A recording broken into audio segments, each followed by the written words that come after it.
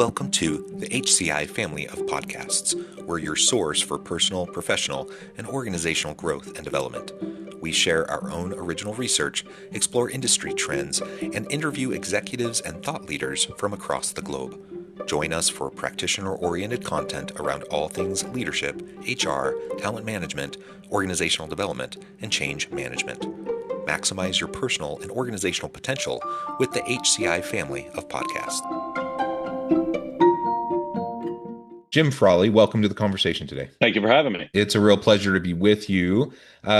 Today, we're going to be talking about change management, organizational development, and really how things are changing rapidly in the modern workplace, and how HR leaders and leaders in general can adapt to that change. As we get started, I wanted to share Jim's bio with everybody. Jim Frawley is an expert in change management, organizational development, and founder of Bellwether Method. Jim is a renowned keynote speaker, the host of Jim's Take, the podcast, a big-time reader, small-time triathlete, and a full-time father and husband. And I know that really only scratches the surface of your background and expertise, but I'm thrilled to have a chance to sit down with you today and have this conversation. Anything you would like to highlight before we dive on in? No, it's an exciting time and the work is tons of fun and I love talking about this stuff. Awesome, awesome. Let me start with kind of your general way of framing up change. There's lots of change models out there, lots of folks who speak on the topic, and I think in my experience, everyone tends to kind of have their own flavor. So what's your flavor of change management? My big focus, and this was my first book, was called Adapting in Motion, Finding Your Place in the New Economy. And it was all about how do you prepare for change when you don't know what change is coming. Yeah. And and it was based largely in my work in corporate. I was working in the financial industry and executive communications during the financial crisis. So massive amounts of change in a very abrupt period of time. And I had tremendous access to the C-suite, luckily. And you could see the executives who did it very, very well and the executives who did not. And I see a lot of the similar parameters today with AI and the massive changes that are coming. There's the uncertainty and the volatility and the complexity, that whole VUCA environment. And so now what I've put together based on my experience in corporate and my 10 years having the consulting businesses, there are really four components that executives today need to have in order to be a successful executive amid so much change. Awesome. Yeah, and we're going to dig into those. And you're absolutely right. I think the pandemic was a really great opportunity to see what leaders were made of. And some really rose to the challenge, and many did not. And many were able to adapt, and many were not able to adapt. And we're in a similar, different obviously, but a similar type of disruption currently with machine learning, AI, and how that's really transforming the way work is designed, the way we interact with each other, the way we produce, and all of that. And I tend to see, one of, probably a small handful of kind of buckets of how people tend to respond to these things. And on the one hand, you have, if you think of it on a spectrum, perhaps you have those who are fully embracing it, leaning into it. But you equally have those that are doing like return to office mandates, and they're like trying to, clamp down on more control amidst the uncertainty, and everything in between. And obviously it depends on the industry, it depends on the company, the types of jobs you're talking about, as to whether those types of things make sense.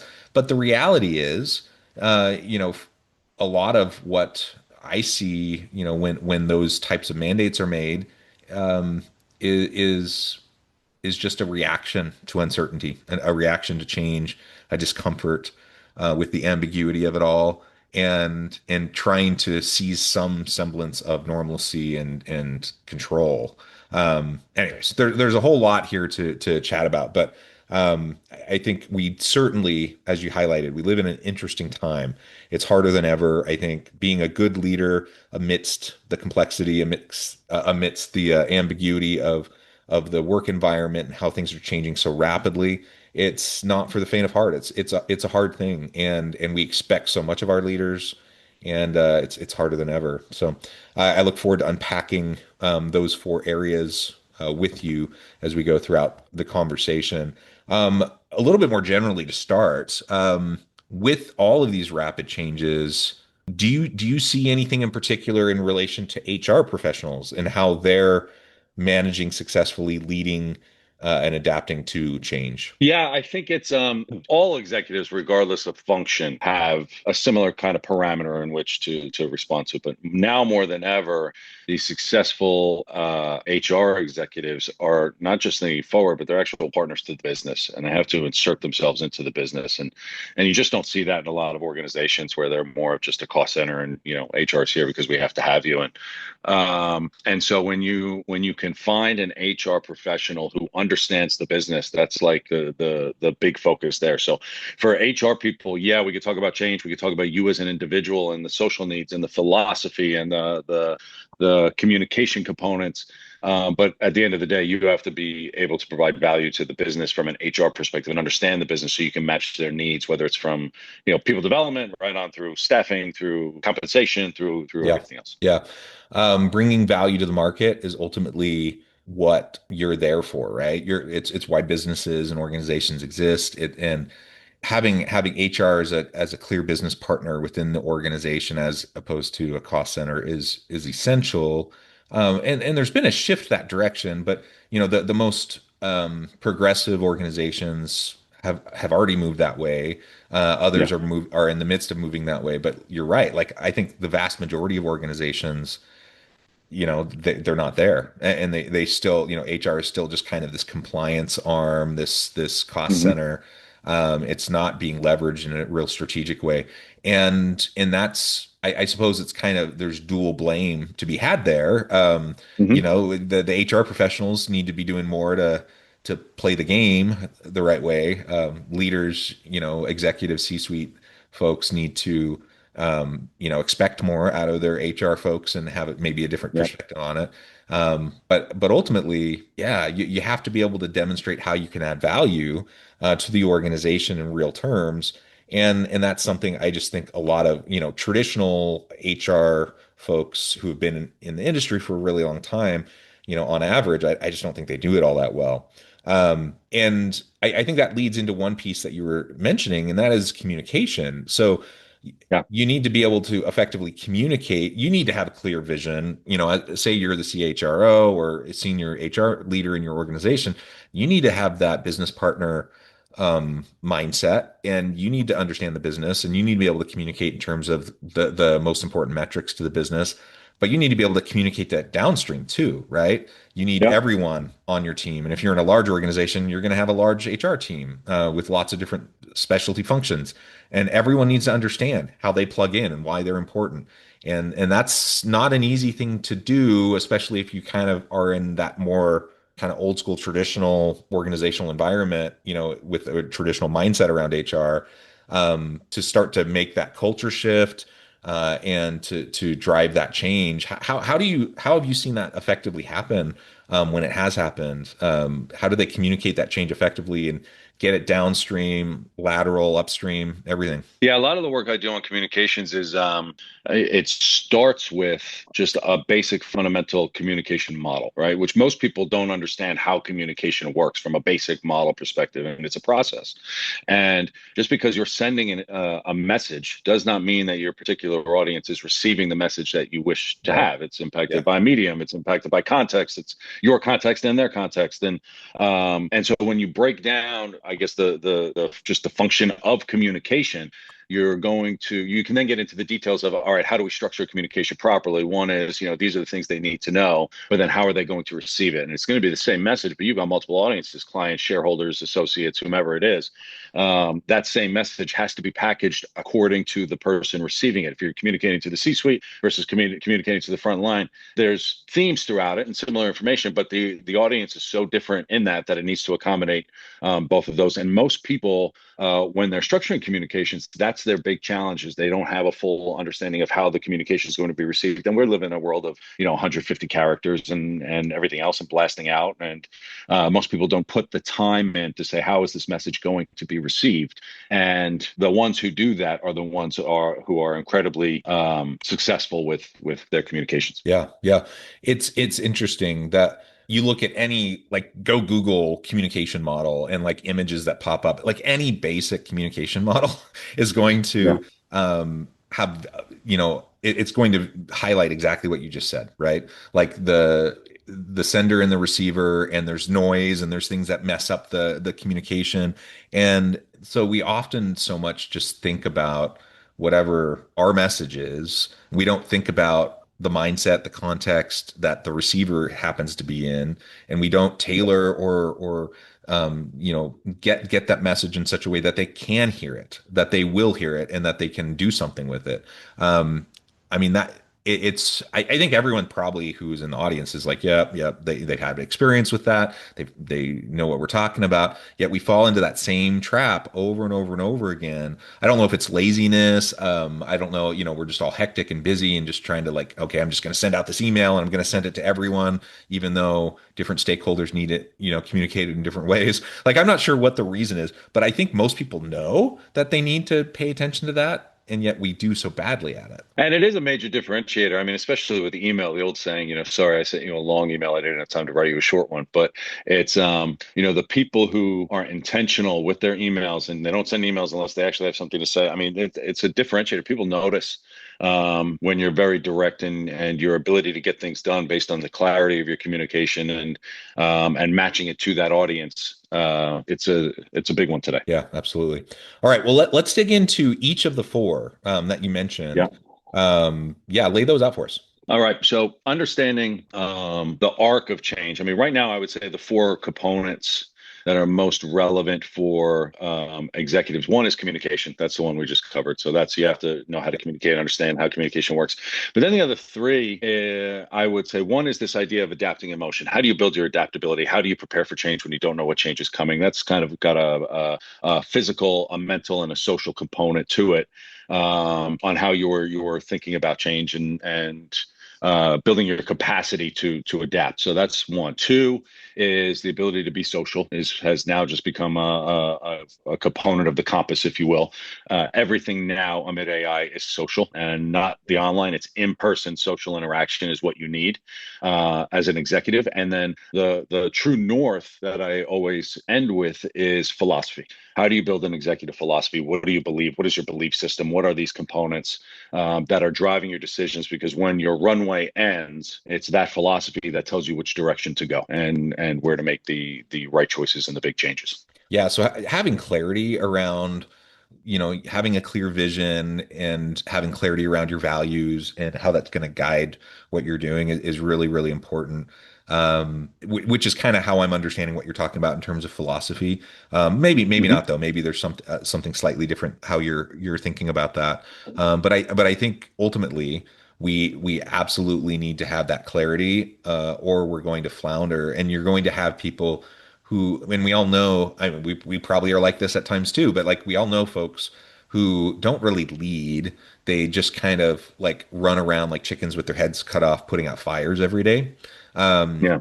and that's not really even good management, let alone leadership. And you're certainly not going to be able to respond to change in any, positive way when that's kind of your approach. And so having that North Star, that you're pointing towards and being able to realign to, is really important. Yeah, it's most of the time we think that we're operating under a set of truths, but there really is nothing that's true, right? Beliefs are not truths, and a belief can change.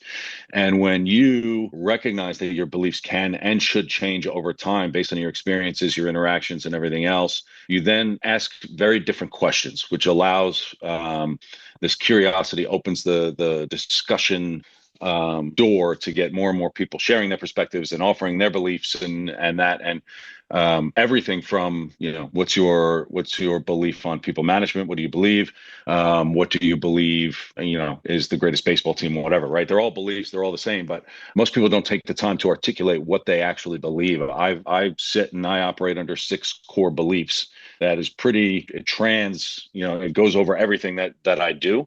So basically any challenge I have probably ties to one of those beliefs and how I'm supposed to respond to it. So it's a lot of work now with senior executives of writing their belief statement and having their, this is how I like to work. This is how I like to receive information. This is what I believe about people development. This is what I believe leadership means. Leadership's an emotional component. It's not, everybody's got a different definition of what leadership is. And so that's a form of belief. So articulating what those beliefs are grounds you in a way to have very different conversations with the team and the rest of the organization. Yeah, yeah. So would you mind sharing with us what those six are for you? Oh, sure. The first one is there are no rules. So that's been my, I guess, moniker since launching the business 10 years ago. There are no rules, and there's nothing that can't be done. So those are two things that kind of, if I want to do something, I'm going to do it. So those two kind of bucket in there. And the idea of rules, I'm not very friendly in a corporate environment. So I'm very hostile to authority. So that's that. Then I went based on an individual. Maybe that you're well suited in a consulting role. That's right. That's right. Leave me out, and right. I Nobody tend tells me what the to do. same direction. Yeah. Nobody tells me what to do. Then it's there's always room for one more is another belief. That was something growing up. No matter who showed up at the house, knocked on the door, a pot of tea went on, and there was one piece of cake got chopped up into little bits, and community is very, very important. So there's always room for one more. I believe I had to throw a religious one in here, even though I'm not very religious, but I do believe that heaven and hell exist, but I don't believe that they exist after you die. I believe they're states of being and where you actually are, and I think there's an authenticity component to that. And then my wrapper on beliefs is this too shall pass. No matter what challenge we are faced with, whether it's a recession, whether it's AI, whether it's losing a job, this moment will pass, right? Time is a very very interesting thing if you sit and think about, technically the future doesn't exist and the past doesn't exist. All you have is this present moment kind of thing. So this too shall pass is my big philosophical one. And I like the heaven and hell observation, regardless of faith tradition, religious background, Yeah. any beliefs that someone may have, we all create, our reality, and we all create our own kind of positive or negative environment. So we could be living in heaven or living in hell at this very moment, depending on how we approach Right. Right. life. And yeah, and I think that's a really powerful thing. Like we do have control over it. Everyone has stuff. Like everyone has garbage in their lives, garbage in their background, challenging things, hard things. Some more than others, but everyone has stuff, and everyone has to wake up every day and decide how they're going to respond to it, and Yeah. make a choice. And I think in personal life that's certainly true, in family life, whatever. But in an organizational setting, yeah, organizations are messy. People are messy. And you get groups of people together to do something together, and it's messy. And so Hmm. I don't care if it's the best organization in the world with the best leaders, it's still going to be messy and it's still going to be hard. And you can either be a curmudgeon about it and just kind of be miserable, or you can you can kind of choose how you're going to frame that in your mind. You can choose how you approach it, and try to have more of a heaven versus hell kind of mentality. Right. Right. Right. Obviously, sometimes a situation's bad. You need to get out of it. Like some Hmm. Hmm. organizations, some leaders are toxic, and staying there is not going to suit you well. But a lot of times, we really do have power over that. We have power over how we perceive it, how we interact with it, and how we respond to it, and that can make all the difference in the world for folks. Yeah, I mean, especially there are no rules, right? You can do whatever the hell. We're adults. We can do whatever the hell we want. It's pretty nice. Now, of course, we have bills and all that other stuff, but we still could do, really. In theory, we could do whatever we want. Yeah, absolutely. Okay, so as we start to wrap up for today, one of the things you've alluded to, we've talked about the AI stuff that's transforming how work is designed, and just placement is all the rage. Everyone's talking about it. Certainly, there are layoffs, or just not replacing folks as they leave, and so natural attrition. And how organizations are responding to that. Like there's all this around recruiting and labor force. thoughts on like how to navigate that, especially if you're a leader trying to like calm the masses, like keep your teams functioning, but they're freaking out that they're going to get displaced, or they just heard either at your company in another area, or maybe at just a different company, but they just hear about layoffs all the time. They hear about displacement all the time, and they're just scared about it. Yeah, it's, that's usually why people bring me in, is because they don't want to tell people. They want someone like me to tell people, to talk about the change and get them going that way. But as there's two components to that. One is objectively the whole discussion on whether or not we need people or what people we need in an organization is fundamentally changing. Like if you look at like the marketing department, you say, do we really need 50 people in the marketing department? What can we do with 10? Right. And that's the way the conversation's going, because people are generally the biggest expense.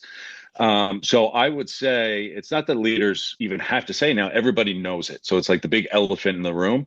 I will say, and this makes me very unpopular, but I will say we've been talking about AI for 2 years now, and the massive change and everything else. If you haven't started doing something to recession proof you or to get you in a better position, at a certain point, it's on you. If you're not networking, if you're not, trying to make some kind of change and take a look at those things. And some people still haven't gotten the message. I've spoken to people who've gotten laid off, and they say, I just didn't realize how irrelevant I became. And Mm. relevance is the watchword for the future. And I think people, ultimately you lie in the bed you make. I do think organizations have an absolute, almost ethical obligation to prepare their people for it and get them set up and do these things. These people have given you their lives and done all these things, but you can't rely on an organization to do that, unfortunately. So, and it's really up to an individual to start getting out networking, making sure you've got people in your social circle, and doing all of those typical types of things to prepare. Because when layoffs happen, and they will, by doing that work in advance, you are light years ahead of everybody else. And then you're going to have a network in place. You're going to have people that that you can call. You're not scrambling to go to a networking event with your resume in your hand.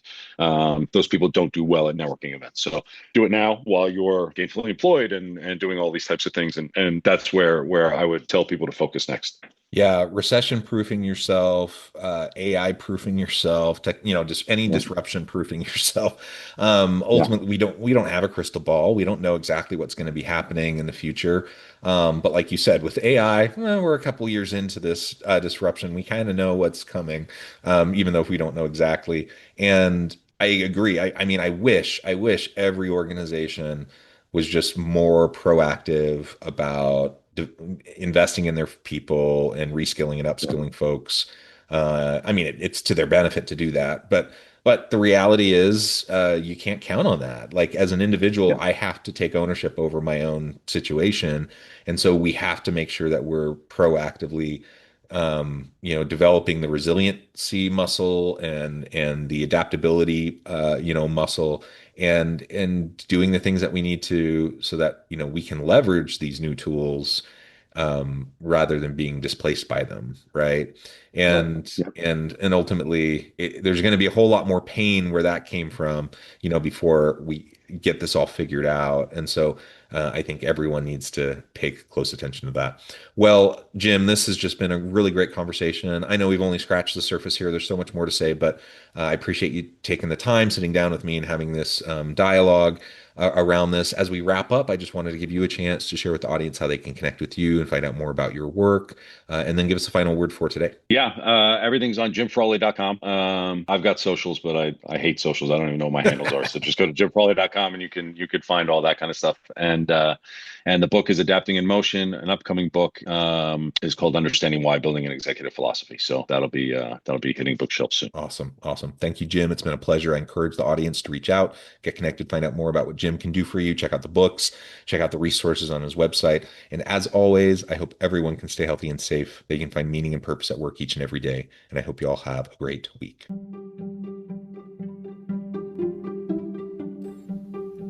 Thanks for joining us for this episode of the podcast. We hope you stay healthy and safe, and please join us again soon.